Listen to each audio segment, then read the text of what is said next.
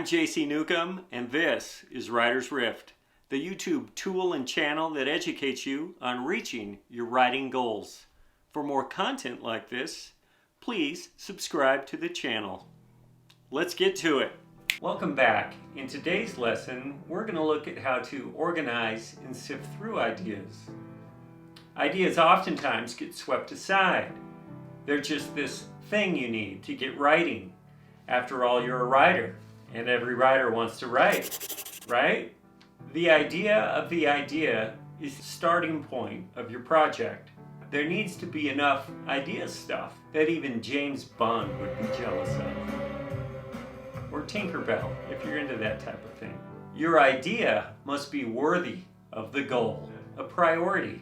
You need an idea that can carry the load all the way through. Characters, plots, subplots, everything. If you have an idea like that, that would be insane. We're going to go over a few essential elements that every writer should be considering when they write their manuscript. We'll start with conflict. In your bag of ideas, look for the one where you can get the most conflict.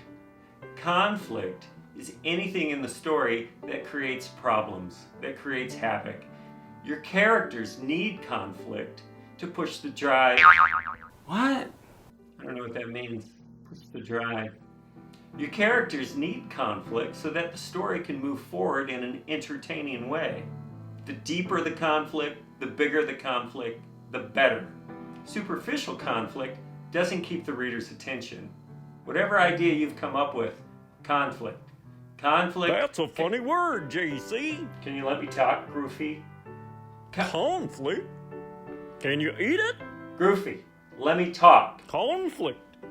What I want you to have is conflict. Is that like rubber band? Groofy, knock it off, dude. Gorsk, JC. I'm sorry.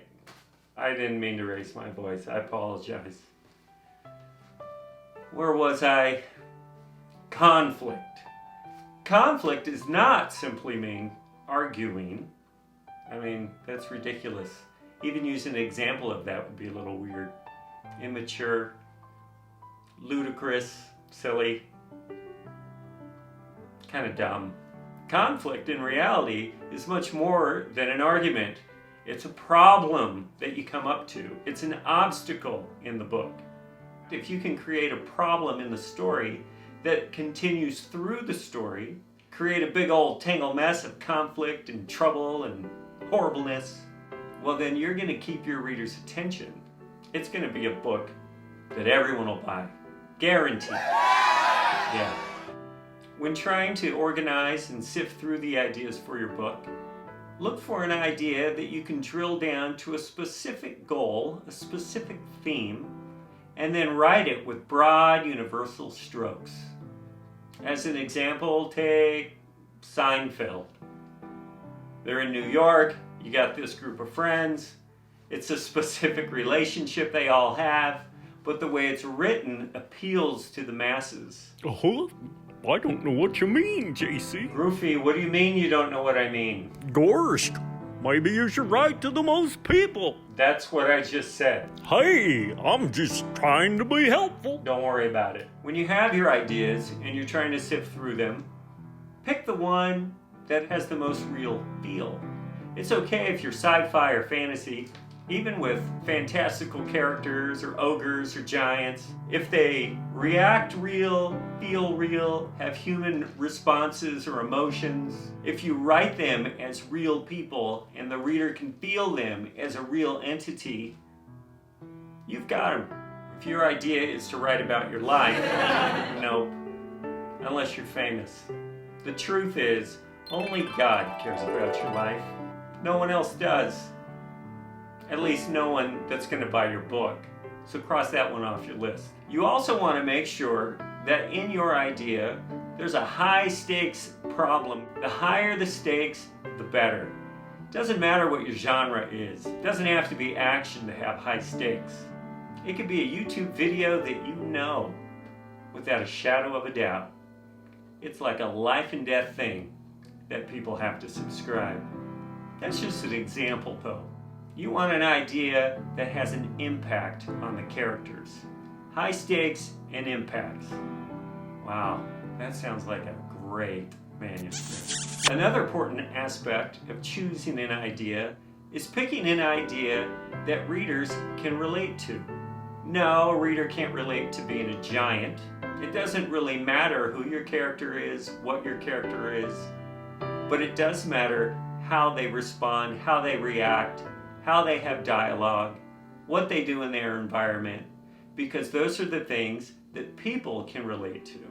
If they stub their toe, people can relate to that. If they've got a piece of toilet paper stuck to their shoe, if they're walking around with a booger on their nose and they don't know it, they can relate to it. At least some of us can relate to it. And if they can relate to that, they'll be interested right off the bat. If they were at an Italian restaurant and dipped the bread into some oil and it spilled on their pants right before they had to get on stage and talk to people.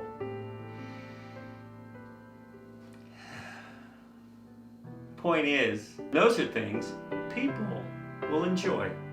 Being entertaining doesn't hurt, unless you're writing a book about not being entertaining, and that's the main thing, but then no one would buy that book. I actually know a couple people that would buy that book. Gorsk, JC! No, I'm not talking about you, Grofy. When you're sifting through your ideas, you want to create real characters, believable characters, true characters. Characters that aren't just cartoons. Pick the idea where your characters can be true, real, believable. Not like me on this silly video, but real life characters. Like a movie star or somebody you'd find on a sitcom. I think you know what I'm talking about. Lastly, I'd like to leave you with a little thought. Nothing you write will be accepted by everyone. That's because there's a lot of dippity-doos out there. The word of the day is stick-to-itiveness. It essentially means dogged perseverance, or granite. Interesting to note, stick-to-itiveness was first used in 1859. That's a word with a little bit of stick-to-itiveness going on. Gorsk, JC! My toe is stuck in my nose. Okay. I'm JC Newcomb with Writer's Rift. Until next time.